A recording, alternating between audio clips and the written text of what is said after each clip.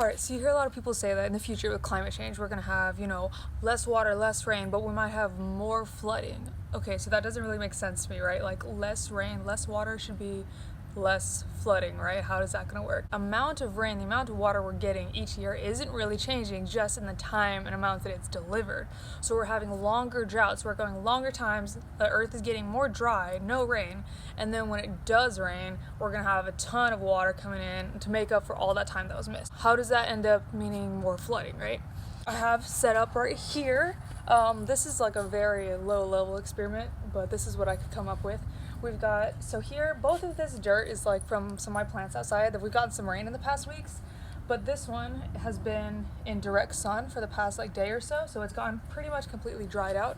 Let me bring you up closer. So as you can see, this dirt is like pretty completely dried out by now, even though it rained pretty much a day ago.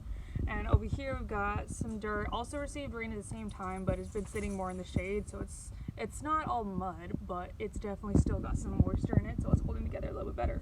So what we're gonna do is I've got some water right here in this watering can. We're gonna pour it over each of these, and we've got a slant going downward into these bowls.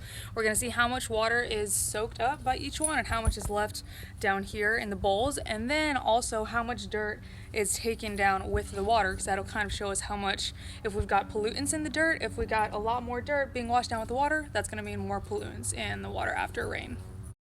So I ended up using the hose instead of the watering can to pour the water over because I thought it would deliver a little bit more of a consistent stream, and I tried to hold it at about the same angle for each one and for around the same amount of time. I counted to 10 seconds for each one.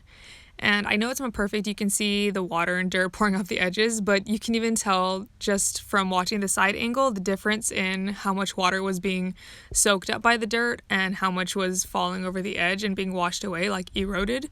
So here you can see there was not much water and not much dirt in the container, and even around it on the ground there is clearly some dirt, but compared to the other one it's not nearly that much. This one has a lot more dirt that was washed off because it was not being held together since it was very dry, and there's also some more water in this container. It's a little bit hard to tell since there's a lot of dirt. But overall you can see the much more severe impacts rain would have on a drier environment.